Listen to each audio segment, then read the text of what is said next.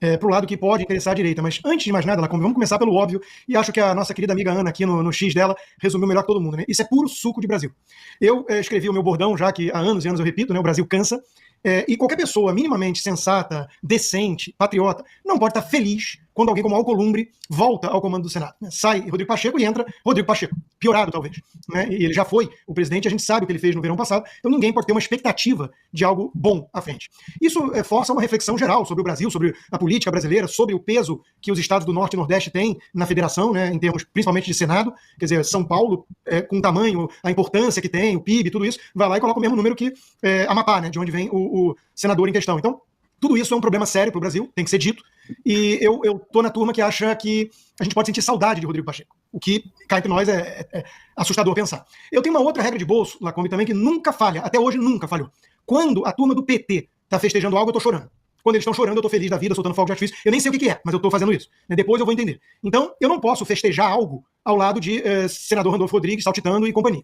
Aí vem Davi Alcolumbre foi eleito com o apoio de 9 dos 12 partidos com representação no Senado, entre eles PT e PL.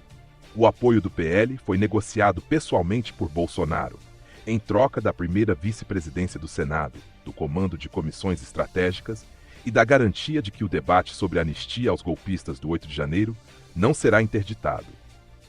Alcolumbre também buscou a aprovação do presidente Lula, comprometendo-se a não atrapalhar a agenda do governo federal. Reconhecido como um negociador hábil e moderado, Alcolumbre atua principalmente nos bastidores. Ele terá que equilibrar os interesses de ambas as partes, uma vez que PT e PL possuem grande força política. Então, eu estou querendo entender o acordo, assim como todo o Brasil.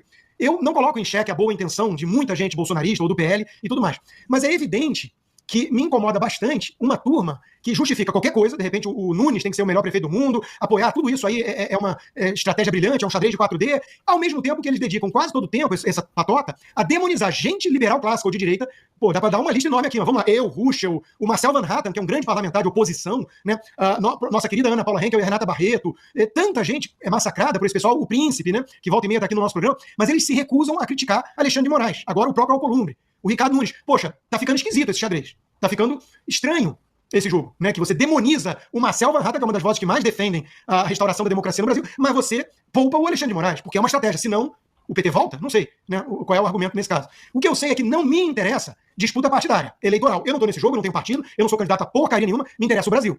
E hoje não faz sentido discutir Senado brasileiro sem colocar o elefante na sala. O elefante na sala é o casuísmo, o arbítrio, a prisão ilegal, perseguição política.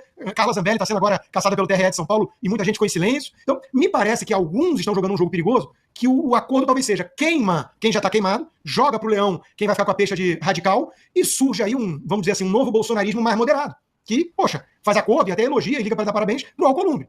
Essa é a visão mais pessimista da coisa. Tem uma visão mais otimista que é, porra, tem que ocupar espaço, o Brasil é isso mesmo, os donos do poder ganharam, não dá pra peitar essa turma e vão ter que saber jogar de acordo com as regras do jogo que foram criadas por eles.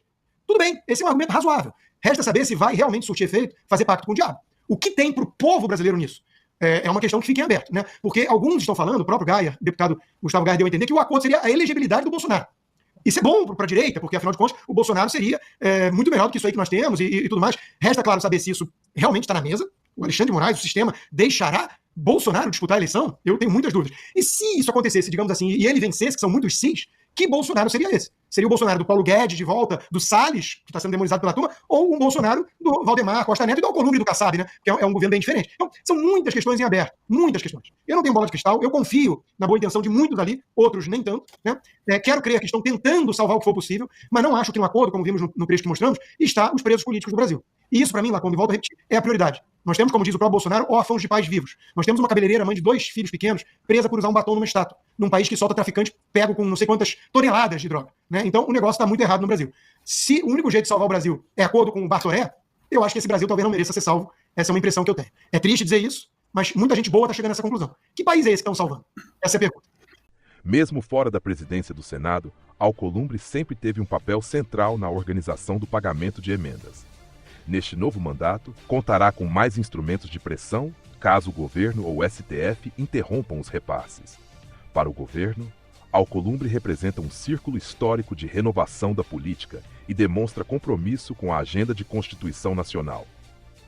Entre as prioridades do governo no Senado, A primeira será a aprovação do orçamento.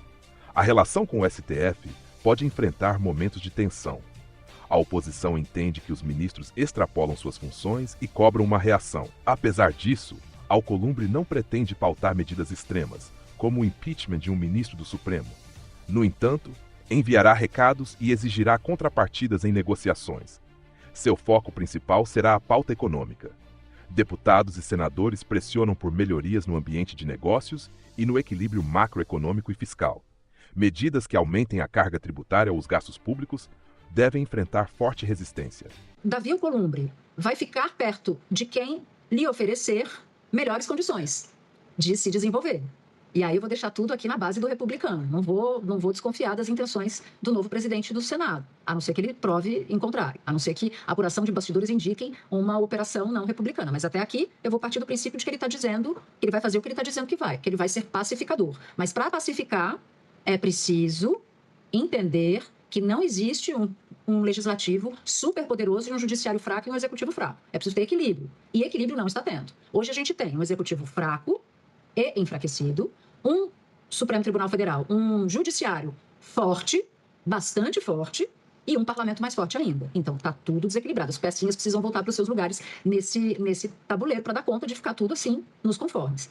Mas acho também que ele deu uma sinalização importante. O Otávio Guedes, também no Estúdio I, pergunta para Alcolumbre, na entrevista que ele concedeu, se ele diante da pobreza, diante da dificuldade, porque passam milhões e milhões de brasileiros, dos problemas de insegurança que são gravíssimos, das cidades afundadas em enchente por causa de meia hora de chuva, se o projeto da anistia era um projeto pelo qual ele se engajaria, e ele disse que não, que concordava com o Otávio e que acha que isso não pacificaria o país. Então, acho que aí ele tem um ponto a favor dele, porque se posicionou logo de cara, o que desconfirma o que muitos diziam à época, que ele havia, para ter apoio do PL, prometido tocar o projeto da anistia, que é defendido por boa parte da direita no Senado.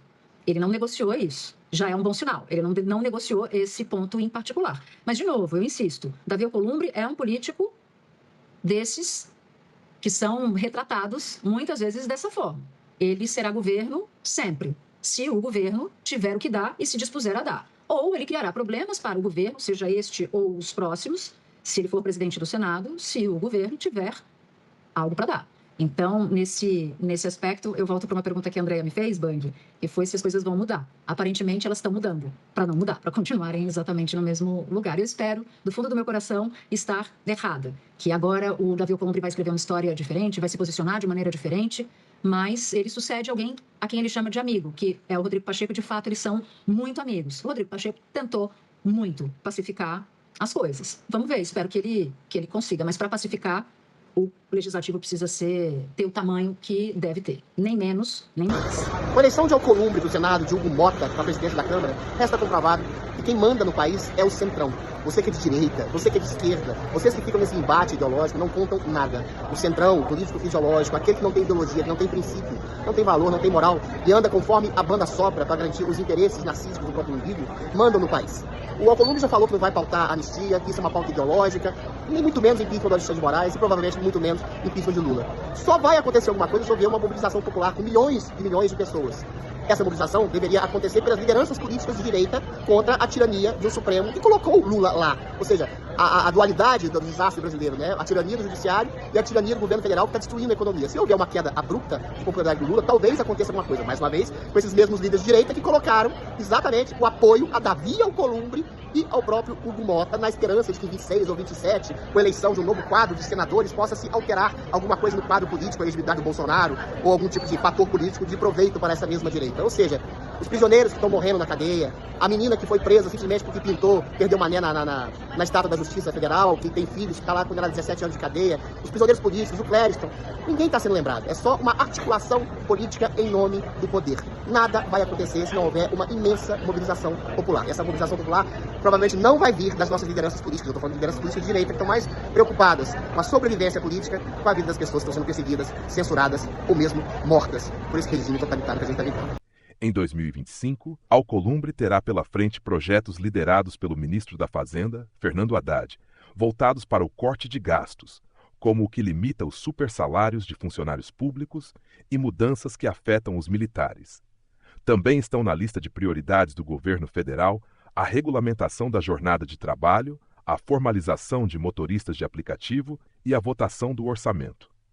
Além disso, pode entrar na pauta a promessa de campanha do presidente Lula de ampliar a isenção do imposto de renda para quem ganha até R$5.000. Você, qual a sua opinião sobre isso? A vitória de Alcolumbre favoreceu mais o governo ou a oposição? Deixe seu comentário, ative as notificações para receber mais notícias e nos vemos no próximo vídeo.